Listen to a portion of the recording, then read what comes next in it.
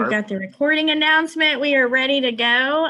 First of all, thank you for joining us this afternoon in advance of the upcoming NASCAR Xfinity Series race at Texas. We're going to kick off with questions, and we're going to get to as many questions as we can and in the time that we have. So if you have questions, please raise your hand, and we will get started here with Harrison, who would like to kick us off. All right, Bob's going to go with our first question. Go ahead, Bob. Yeah, Harrison, I'm curious, how would you evaluate this season so far for you? Yeah, it's been frustrating at times. Feel like we should be winning more races. Obviously, we haven't gotten into that win column yet. But it's been, a positive season because I think we're running almost better than we ran last year at times. Last year we won, right off the bat. Won 4 races, had a pretty decent season. But I felt like we always passed someone on the last lap, and we always, Martinsville was really the only race where I felt like we dominated. So now it's kind of opposite. I feel like we're running up front more. I just need to find a way to capitalize on those runs. Need to find a way to win those races as a team. I think we're doing a good job at meshing and learning each other as tough as it can be with no practice and no experience together, kind of knowing what you can, do. But yeah, it's been okay. I think we obviously have higher goals in mind, so we got to get after it and get to winning and getting more playoff points. And figure I'd just check, when do you start talking to either people at Gibbs or Toyota or about next season? Yeah, I don't know really. I'm in the awesome situation where my dad is, a big part of my business side of the career because he's kind of knows the business well, and I've got great partners behind me, and so I can kind of lean on my dad to help me navigate decision making and all that. And he's been really great at that. And what that allows me to do is just focus on driving, right? Focus on getting the results. And if you get the results and show talent, then the opportunities will follow. So I don't know. I would like to start getting in that direction soon, but nothing too crazy going on quite yet. Thank you. Yep, thank you. All right, our next question will come from Woody Kane. Go ahead, Woody. Hey, Harrison, appreciate your time. Texas is kind of old hat to you, so I'm going to move ahead a week, if you're okay with that, to Nashville, and tell me what you think about the series and the sport returning there, and what kinds of things you're doing to get ready. I guess preparing for something you haven't seen before is not new to you either. Yeah, exactly. It's exciting.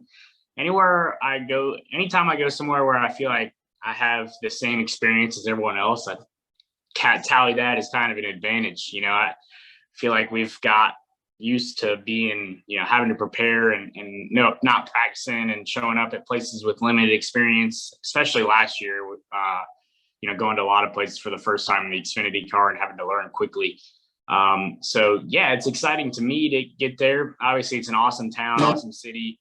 It's a great market. So for our sport, it's amazing. I think the track is going to be really fun, put on a good race. And for me personally, I'm excited to go and try it out. I've done it on the simulator, probably started 4 weeks ago. I ran my first time there, trying to learn as quick as I can and trying to help our team get a win there. Thank you. Yeah, thank you. All right, our next question is going to come from Mark Garrow. Go ahead, Mark. Thank you. Good afternoon, Harrison. Want to talk a little bit about your success at Texas as far as the Xfinity Series. That was a pretty exciting win last year. What do you remember about that? Yeah, that was an exciting win last year. Man, I remember how, sorry, my phone's buzzing. I don't know if y'all can hear that, but I remember how exciting it was for me to win that race because the circumstances that it was under. I spun out earlier in the race, made a mistake, and just kind of overstepped the car and somehow spun through the grass and didn't tear off a splitter like I did last weekend, and made it through the grass and came back and rallied to win. And just those are probably the best 2 laps of my life that I ran. To run the 9 down and pass him for the win. It was was an awesome experience. And yeah, that's a win that, you can't really draw it up any better. You pass them on the last corner of the last lap, coming to the checkered from, a distance that you didn't think you could catch them from. And yeah, that's pretty neat. So I've got a lot of confidence going into Texas, just knowing that, I can do it and get it done there. Are those the best kind of wins, the come from behind last lap, just barely catching them at the checkered flag? I think so. Yeah, I think so. Whenever you feel like you stole a win and you did something that you didn't even expect to work and it works, that's always the most gratifying. It's just, you feel like you're on top of the world. It's hard to beat that feeling for sure. Thank you. All right. Our next question will come from Kelly Crandall. Go ahead, Kelly. Thank you. Hey, Harrison. So with Ty coming in and he's only running a part-time schedule, but he comes in and he wins a couple races already. And you talked about there, you guys are running well, but not winning. When it's a company car, but he's only part-time, does that put more pressure on you? Is it frustrating that he can come in and make it look easy? And what does that do for you when it's the same equipment and you guys are running well, but you haven't gotten over that hump? Well, obviously, when someone else wins in your team and you're not, it's a little bit frustrating. But really, Ty's done a good job at being a part of the team, and he meshes well with everyone. We get along great, so I'm really just happy for him. I remember, last year I got off to kind of a hot start, and won a race early, and felt kind of the same feelings that he's probably feeling right now, and it's just a fun time to win the races and run well every weekend. And it's just hard to beat that feeling, right? So for him, it's exciting, and it's exciting for the company. Coach's grandson is running well, and it's neat for everyone. So overall, I can't really say it frustrates me. I think he's done a good job and come in and deserve to win those races. It's just about, our team getting better and trying to win for ourselves. And I think we're very capable of doing it. Just got to make it happen soon. When you start looking at the playoff field, do you want the same guys to keep winning, or is it one of those things where do you worry about how many winners there's going to be when it comes to the points and how this is all going to shake up? Just how do you look at so far what the playoff picture looks like for the Xfinity Series? Well, if the same guys are always winning, as long as it's me, then I'm good. But as long as it's everyone else, it's not good, right?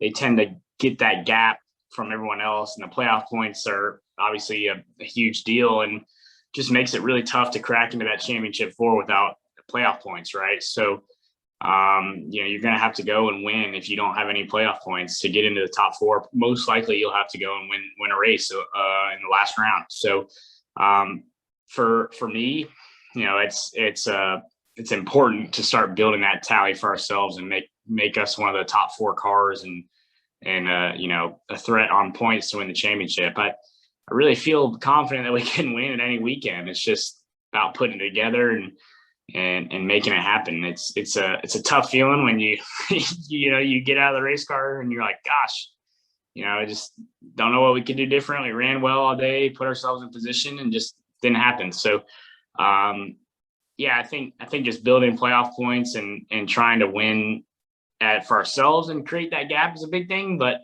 if anyone else does it, it's bad news for most everyone else in the field. All right. Our next question is going to come from Dustin Long. Go ahead, Dustin.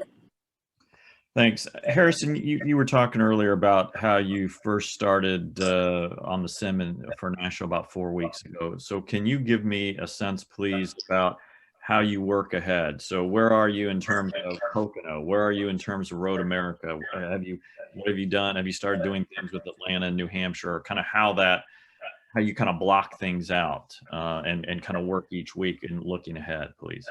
Yeah, for me personally, I'm probably farther ahead than a lot of guys because I do a lot of the scaling for the simulator. So, if the tire every weekend, you got to scale the simulator to make it accurate. So, on Mondays, I'm in there running tracks and trying to make the simulator more accurate for those tracks and for our team to kind of get better. So, I'm normally pretty far ahead. So 4 weeks ago, I did Nashville and tried to make that accurate, which was tough because I'd never been there, but neither did anyone else. So just try and guess on that. But, I've run Pocono, post scaling all the racetracks, go back after the race and make them better. So kind of all over the place, really, trying to get the tires and all the things that go into the sim model is insane. It's hard to wrap my head around, but I'm lucky that all the great engineers at TRD can kind of hold my hand through it. And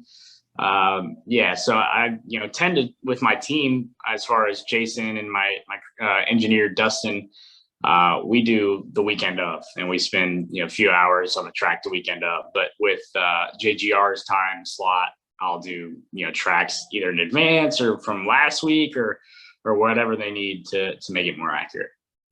And when you're doing the scaling on Mondays, or if you're working ahead, so can you give me a sense? Is that basically a 2-hour session? That it would be almost like it was like a 2-hour practice at a track where you'd be running some laps, coming in, making changes, running, type of thing, or is it you running 30 minutes straight and long runs and things like that? Yeah, it's pretty interesting. So they have the ability to tune the car while you're running. So I can, I have a long session. I'll go 7:30 to 11 with the scaling, and then I'll do 12 to 1:30 or 12 to 2 with my team afterwards. So it's a lot of laps. I've looked down at the lap counter a few times, and it's been way up there in number. And it's all about just getting that feel in the car to kind of, it's hard to emulate the feeling of like, oh my gosh, I'm sideways loose, I feel uncomfortable, because you're not afraid to hit anything in there. So just stuff like that I'm working on and trying to get better. And I think we're doing a good job at getting our sim program better and better. And that's really important nowadays with no practice. So it's normally quite a long shift, but it's definitely worth it. It pays dividends afterwards. And you've been doing this all season, or is it something you were even doing last year? I was doing it some last year and all season this year. Really, I've been doing it a few times. My teammates will jump in and do it. Like this last weekend, especially Daniel took my shift because I augured my splitter into the grass, and he did a good job of getting the Mid-Ohio tire good. So, just whatever works for the company, and we get an email and tell us when to be there, and that's when I'm there. Thank you. Yeah, thank you. All right. Any final questions for Harrison? All right. Harrison, thank you so much for your time this afternoon. We really appreciate it, and best of luck weekend in Texas. Yeah, thank you guys. I appreciate it. And hopefully we'll talk about a win real soon. All right. Sounds good.